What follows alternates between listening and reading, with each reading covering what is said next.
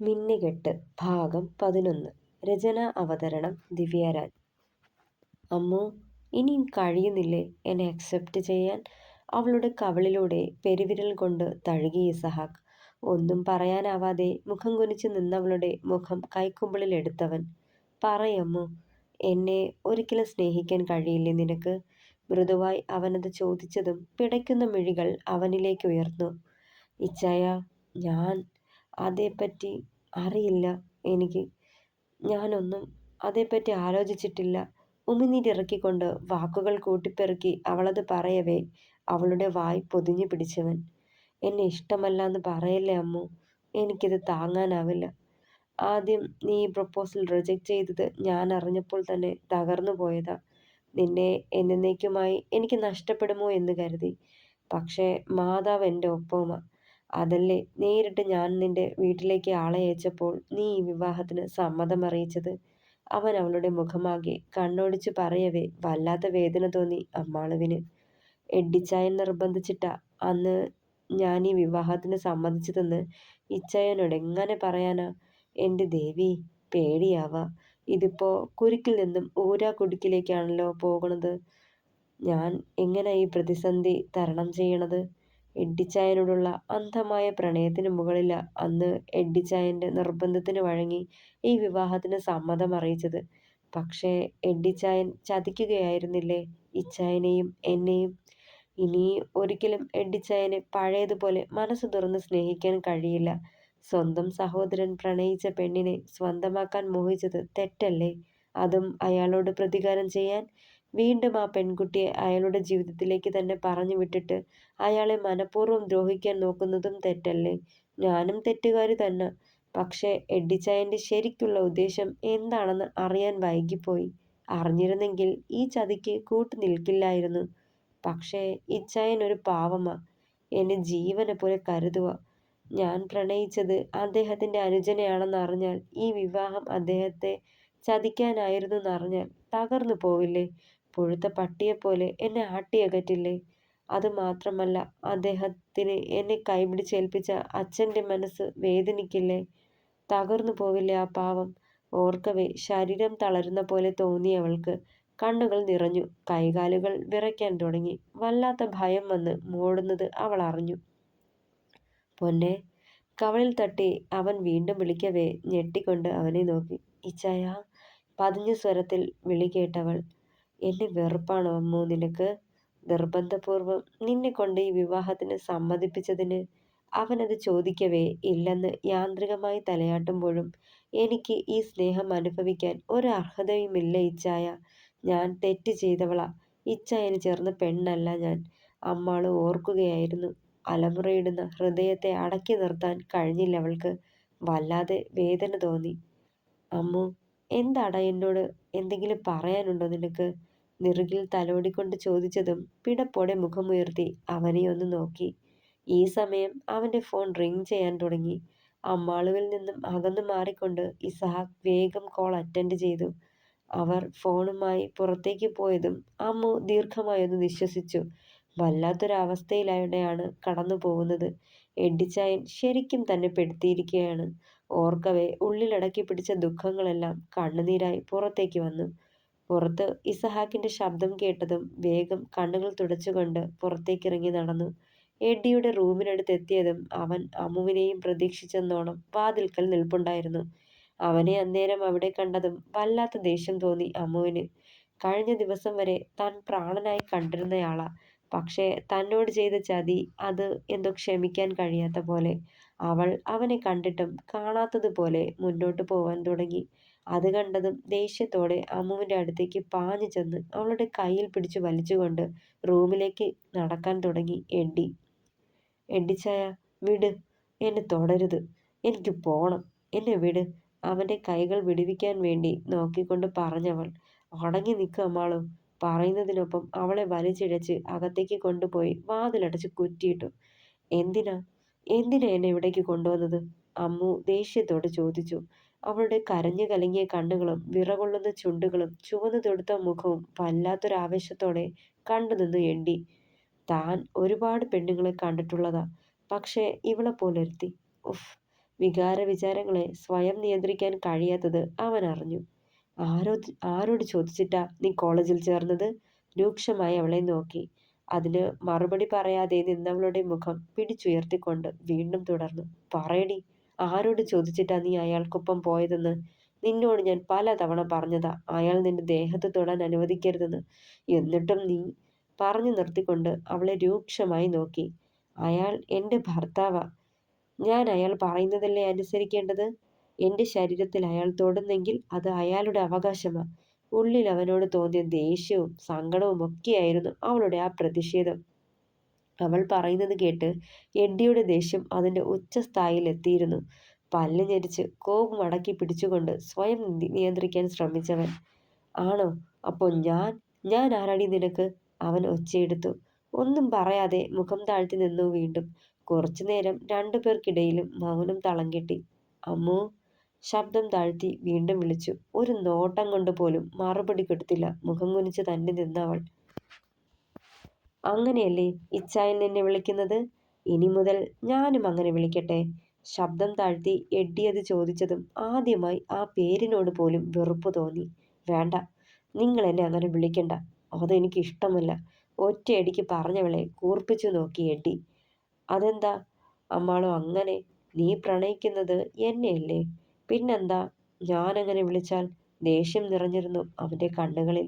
പുച്ഛത്തോടെ അവനെ നോക്കിയവൾ. പ്രണയിച്ചിരുന്നു, സത്യങ്ങൾ തിരിച്ചറിയുന്നത് വരെ. ഇപ്പോ എനിക്ക് നിങ്ങളോട് പ്രണയമില്ല. എന്നെ ചതിച്ചതല്ലേ? ഇനിയും ഇതൊക്കെ തന്നെ നിങ്ങൾ ചെയ്യും. എനിക്ക് നിങ്ങളിലുണ്ടായിരുന്ന വിശ്വാസം നഷ്ടപ്പെട്ടു പോയി. ഇനി പഴയ പോലെ നിങ്ങളെ വിശ്വസിക്കാൻ കഴിയില്ല.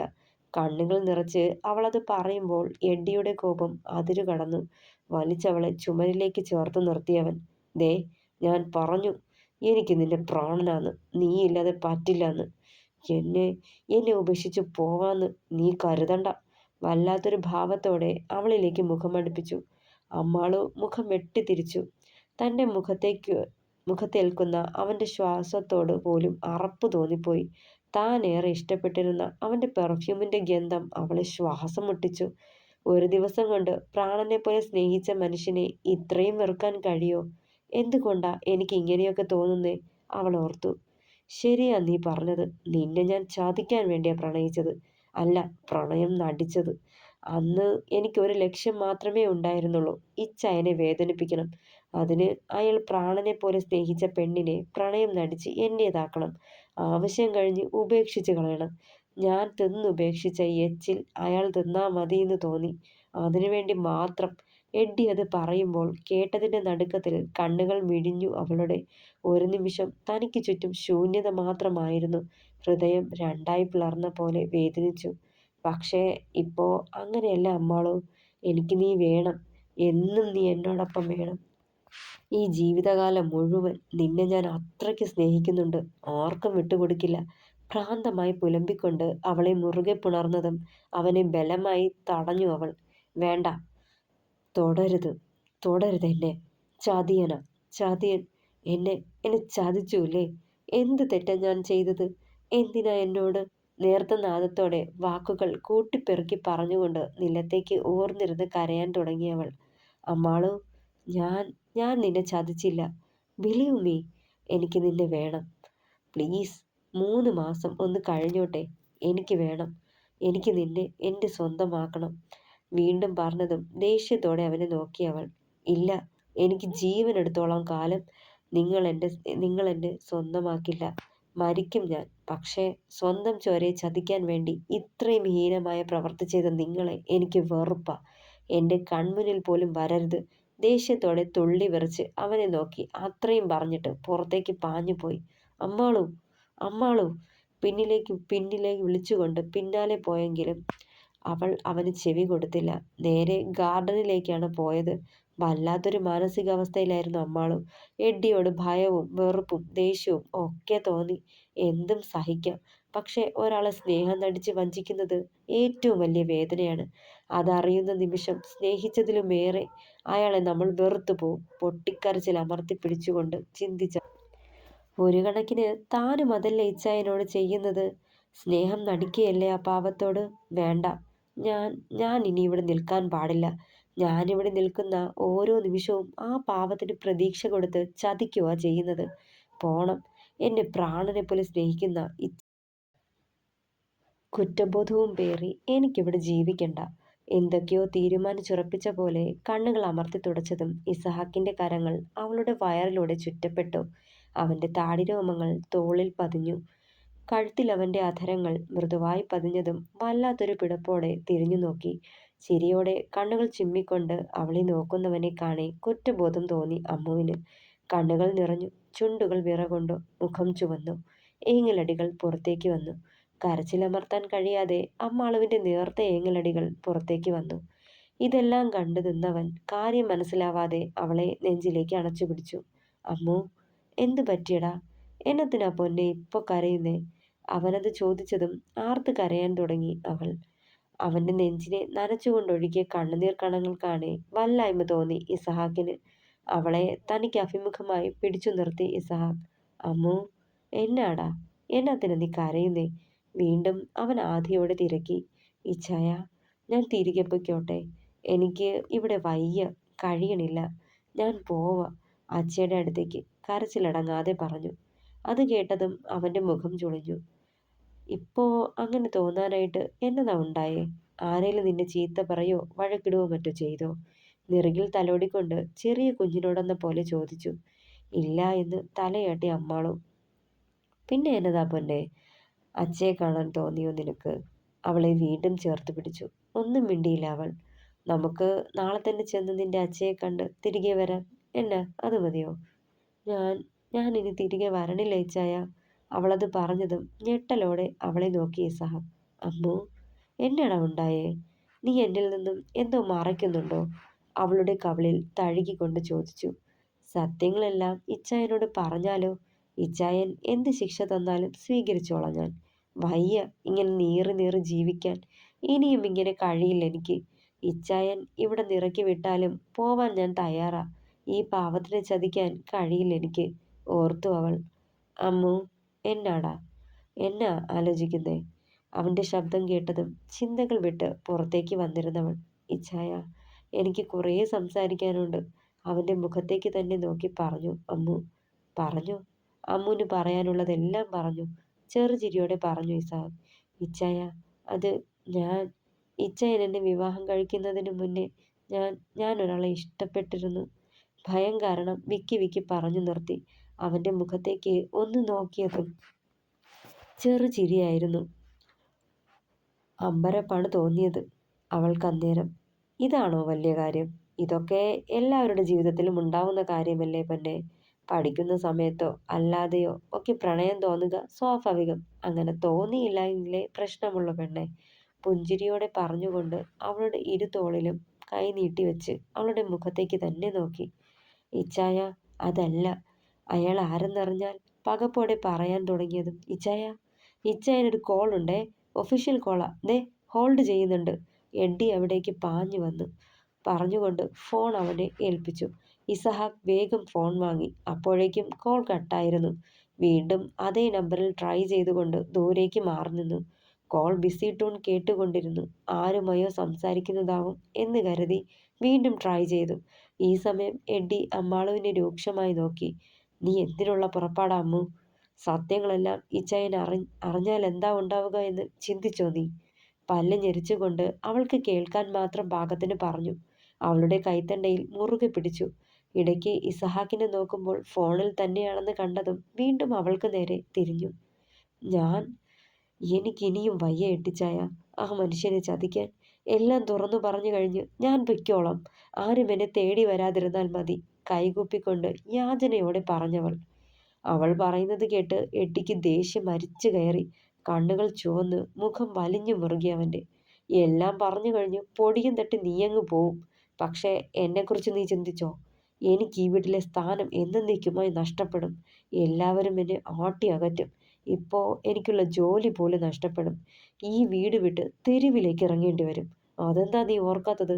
ഞാൻ പറഞ്ഞതല്ലേ, എല്ലാം അയാളുടേതാ. എനിക്കൊന്നിലും അവകാശവുമില്ല. പറയുന്നത് അനുസരിക്ക്. ഒന്നും അയാൾ അറിയണ്ട. നിനക്ക് പോവാം. പക്ഷേ സ്വത്തുക്കൾ എൻ്റെ പേരിലേക്ക് മാറ്റിയ ശേഷം മാത്രം. അതുവരെ നീ ഇവിടെ അയാളുടെ ഭാര്യയായിട്ട് കഴിയണം. തീർത്തു പറഞ്ഞു എഡ്ഡി. ഇല്ല എഡ്ഡിച്ചായ, എനിക്ക് കഴിയില്ല. എന്നെ വിട്ടേക്ക്. ഞാനില്ല ഒന്നിനും. ഇച്ചായനോട് ഞാൻ എല്ലാം പറയാം. ഇച്ചായൻ പാവമാ, നിങ്ങളോട് ക്ഷമിക്കും. സ്വത്തുക്കൾ നിങ്ങൾക്ക് തരും. എനിക്ക് ചതിക്കണ്ട ആരെയും. കേണു പറയുന്നുണ്ടായിരുന്നു അമ്മാളും. മതി, നിർത്തിക്കോ നിന്റെ അഭിനയം. ഞാൻ പറഞ്ഞതൊക്കെ തന്നെ നടക്കണം. പിന്നെ അതിസാമർഥ്യം കാട്ടി അയാളോടെല്ലാം തുറന്നു പറയാന്ന് നീ കരുതണ്ട. ഒന്ന് തള്ളും ഞാൻ. നിന്നെയല്ല, നിന്റെ ആ പറട്ട തന്തയെ. വെറുതെ എന്നെ കൊണ്ട് കടും കൈ ചെയ്യിപ്പിക്കരുത്. എല്ലാം നഷ്ടപ്പെട്ട് തെരുവിലിറങ്ങുന്നതിലും ഭേദമാ കൊന്ന് ജയിലിൽ കിടക്കുന്നത്. എഡ്ഡി അത് പറഞ്ഞതും തറഞ്ഞു നിന്ന് പോയി അമ്മാളു. നീ കരുതുന്നുണ്ടാവും ഇതൊക്കെ വെറുതെ ഭീഷണിപ്പെടുത്താൻ പറയുന്നതാന്ന്. അല്ല, എൻ്റെ ജീവിതം നശിപ്പിച്ചിട്ട് നീ സന്തോഷത്തോടെ ജീവിക്കില്ല. അതിന് ഞാൻ സമ്മതിക്കില്ല. എനിക്ക് നിന്നെ വേണം. പിന്നെ ഇസഹാക്കിൻ്റെ കണക്കറ്റ സ്വത്തുക്കളും. അപ്പോ എൻ്റെ കൊച്ച് നല്ല കുട്ടിയായി എഡ്ഡിച്ചായൻ പറഞ്ഞതൊക്കെ അനുസരിച്ചോണം. അറിയാലോ, ഈ എഡ്ഡി എന്തെങ്കിലും പറഞ്ഞിട്ടുണ്ടെങ്കിൽ പ്രവർത്തിക്കാനും അറിയാം. പല്ല് ഞെരിച്ച് പറഞ്ഞു എഡ്ഡി.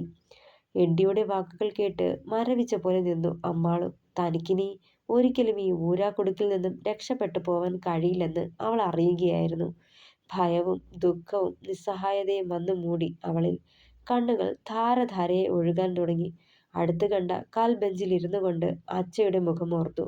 അമ്മ ഉപേക്ഷിച്ചു പോയിട്ടും ഒരു കുറവും വരുത്താതെ തന്നെ കൃഷ്ണമണി പോലെ കരുതി വളർത്തി വലുതാക്കിയ അച്ഛന് താൻ കാരണം ഒരാപത്തും വരരുത്. നെഞ്ചിൽ കൈവച്ച് ഏങ്ങലടിയോടെ ഓർത്തു. എനിക്ക് സ്വന്തമെന്നും ബന്ധമെന്നും പറഞ്ഞാൽ ഈ ലോകത്തിൽ എൻ്റെ അച്ഛൻ മാത്രമേ ഉള്ളൂ. അവൾ ഓർത്തു.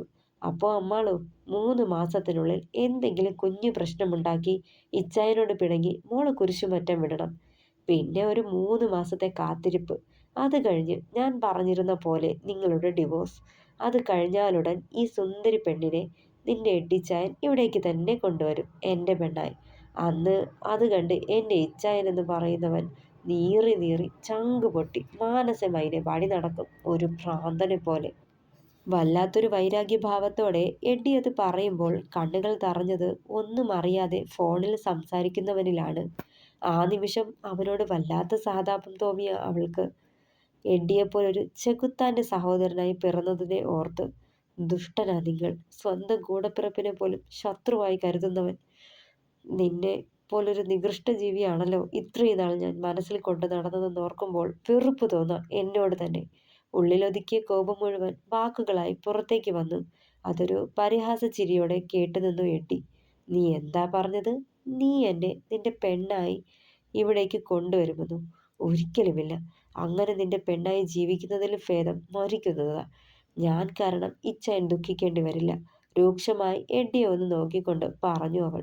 നീ ആള് കൊള്ളാലോടി പെണ്ണെ. ഇത്രയും നാൾ പൂച്ചയെപ്പോലെ പതുങ്ങിയിരുന്നവളാ എത്ര പെട്ടെന്നാ പെൺപുലിയായത്. നിന്റെ ആത്മവിശ്വാസം നല്ലതാ, പക്ഷെ നടക്കില്ല മോളെ. ഞാൻ പറയുന്നതേ നീ അനുസരിക്കൂ. നീ തന്നെ എൻ്റെ മിന്നിനവകാശിയായി ഇവിടേക്ക് വരും. നമുക്ക് കാണാം. അവളെ അടിമുടി ഒഴിഞ്ഞു നോക്കിക്കൊണ്ട് പറഞ്ഞു എഡ്ഡി. വെറുപ്പോടെ മുഖം തിരിച്ചു അമ്മാളും. എനിക്ക് ജീവനുള്ളിടത്തോളം കാലം നിന്റെ പദ്ധതികളൊന്നും നടക്കാൻ പോണില്ല എഡ്വേർഡ്, അമ്മാളും ഓർത്തു. ഈ സമയം ഫോണും നോക്കി നോക്കി ഇസഹാക്ക് അവിടേക്ക് വന്നു. ടാ, ആ നമ്പറിലേക്ക് ഒരുപാട് വിളിച്ചു, പക്ഷേ കോള് പോണില്ല. വീണ്ടും വിളിക്കുവാണെങ്കിൽ നീ അപ്പോൾ നോക്കാം. ഫോൺ തിരികെ എഡ്ഡിയെ ഏൽപ്പിച്ചുകൊണ്ട് പറഞ്ഞു. ഫ്ലൈറ്റ് മോഡിലായ ഫോണിലേക്ക് കോൾ ചെയ്താൽ പിന്നെ എങ്ങനെ കോൾ പോവും? ഇസഹാക്കിൽ നിന്നും നടന്നകന്നുകൊണ്ട് പാൻറ്റിന്റെ പോക്കറ്റിൽ വെച്ചിരുന്ന മറ്റൊരു ഫോൺ കയ്യിലെടുത്തു എഡ്ഡി. ആ പൊട്ടിപ്പെണ്ണ് എല്ലാം തുറന്നു പറയുമെന്ന് ഉറപ്പായപ്പോൾ അവളെ തടയാൻ വേണ്ടി എൻ്റെ മുന്നിൽ തെളിഞ്ഞ ഒരു വഴിയായിരുന്നു ഈ ഇല്ലാത്ത ഫോൺ കോൾ. ഗൂഢമായി ചിരിച്ചുകൊണ്ട് മുന്നോട്ട് നടന്നു എഡ്ഡി. അമ്മു. ഇസഹാക്കിന്റെ പതിഞ്ഞ സ്വരം കാതിലെത്തിയതും തിരിഞ്ഞു നോക്കി അമ്മാളും. എന്തോ പറയാൻ തുടങ്ങിയതല്ലേ? എന്നതാടാ? പറയ്. തോളിലൂടെ കൈ ചേർത്ത് അവളെ തന്നിലേക്ക് അണച്ചു പിടിച്ചു ഇസഹാക്ക്. ഒന്നുമില്ല ഇച്ചായ. അത് പിന്നെ ഞാൻ മറന്നുപോയി. ഓർക്കുമ്പോൾ പറയാം, പിടപ്പോടെ പറഞ്ഞുകൊണ്ട് മുഖം മാറ്റി. നുണയാ എൻ്റെ പെണ്ണ് പറയുന്നത്. നിനക്കെന്നോട് എന്തോ പറയാനുണ്ട്. നിന്റെ കണ്ണുകൾ വിളിച്ചു പറയുന്നുണ്ട് നീ ഇപ്പോൾ പറഞ്ഞത് നുണയാണെന്ന്. അവനത് പറഞ്ഞതും ഞെട്ടലോടെ മുഖമുയർത്തി നോക്കി അവൾ. സാരമില്ല പൊന്നെ. നിനക്ക് എന്ന് എന്നോട് എല്ലാം തുറന്നു പറയാൻ തോന്നുന്നോ അന്ന് പറഞ്ഞാൽ മതി. ഇപ്പോ എൻ്റെ അമ്മു അകത്തേക്ക് വന്നേ. വാ, ഇരുട്ടിക്കഴിഞ്ഞു. ഇവിടെ ഇങ്ങനെ നിന്നാലേ ഇച്ചായൻ ചിലപ്പോ വഴിതെറ്റിപ്പോവും.